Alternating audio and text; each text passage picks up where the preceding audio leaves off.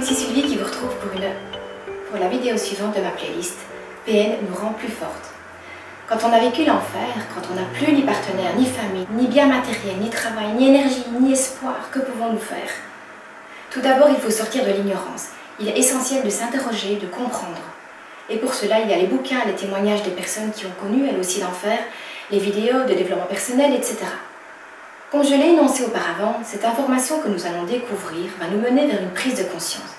Ce sera le déclencheur de tout un processus. Et après, il faudra faire un choix entre deux trajectoires. D'une part, celle de la victimisation de la lutte épuisante pour crier à qui voudra bien entendre que vous avez raison alors que tout le monde s'en fout. Ou d'autre part, la trajectoire menant à la liberté et la sérénité. Autrement dit, est-ce que mon but dans ma vie, c'est vouloir à tout prix qu'on me reconnaisse comme une victime, ou alors est-ce prendre ma vie en main et la diriger où je souhaite vraiment la mener en toute lucidité?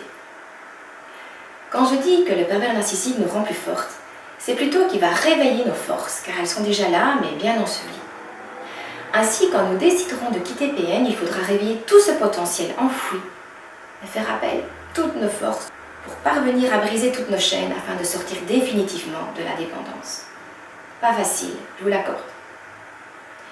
Puis il faudra changer nos habitudes pour ne pas prendre le risque de réexpérimenter ce genre de relations toxiques. Comme par exemple, apprendre à dire non sans avoir à justifier. Après tout, nous avons tout à fait le droit de refuser une invitation, un coup de main ou n'importe quoi d'autre sans culpabiliser. Affirmer son point de vue, ses besoins, c'est se respecter soi-même. Et il ne s'agit nullement, comme je le pensais, d'égoïsme. Après tout aussi, si la personne à qui vous dites non est frustrée, ben cela reste son problème de réagir comme ça. Et ne vous culpabilisez surtout pas. Et puis nous sommes en droit aussi de ne pas accepter n'importe quelle parole ou quel geste. En fait, je pense que l'essentiel ici, c'est de s'écouter, de se respecter. On en revient toujours à ça. S'écouter, se respecter. J'ai appris que l'être humain n'était pas réduit à un corps et à un esprit. J'ai fait des études assez longues car j'adore avoir de la connaissance et faire travailler ma tête. J'ai aussi toujours pris soin de mon corps en ne mangeant pas n'importe quoi et en faisant du sport. Cependant, je ne connaissais pas l'existence d'une troisième dimension, mais je sentais bien qu'il me manquait quelque chose. Cette troisième dimension est l'âme ou le cœur. Comme vous toutes, j'ai eu des moments où mon cœur me disait non. J'avais l'intuition que quelque chose ne tournait pas rond dans ma relation avec PN, mais je ne me suis pas arrêtée. Comme on dit, on ne le sentait pas. Mon esprit reprenait sans cesse le pouvoir en argumentant de façon à ce que je ne prête jamais attention à mon âme, à ma petite voix intérieure.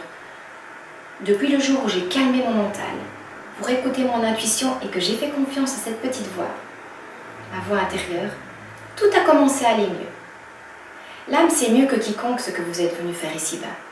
L'âme est présente pour prendre soin de vous et par conséquent vous avertir de l'arrivée d'un événement inopportun ou pour vous guider afin que votre esprit ne vous égare pas dans des solutions bien trop compliquées qui ne feront qu'épuiser inutilement votre énergie. Ainsi, j'écoute de plus en plus mon âme et je suis les choix qu'elle me souffle. Depuis, je me sens complètement alignée. Tout se met en place de manière fluide. Et je me sens comme tout puissante. C'est comme si j'avais repris le pouvoir sur ma vie. Je ne me pose plus autant de questions. J'écoute là, j'entends et j'agis en faisant confiance. Oui, je pense que c'est ce qu'on pourrait appeler la foi.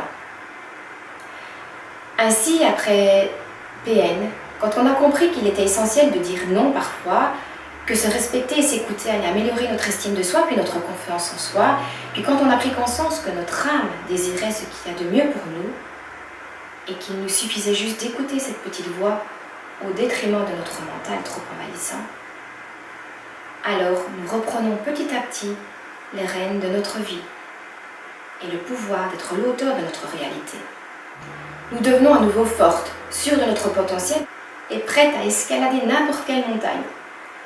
Et quelle fierté nous acquérons le jour où nous prenons conscience que nous avons réussi à surmonter des épreuves aussi douloureuses soient-elles.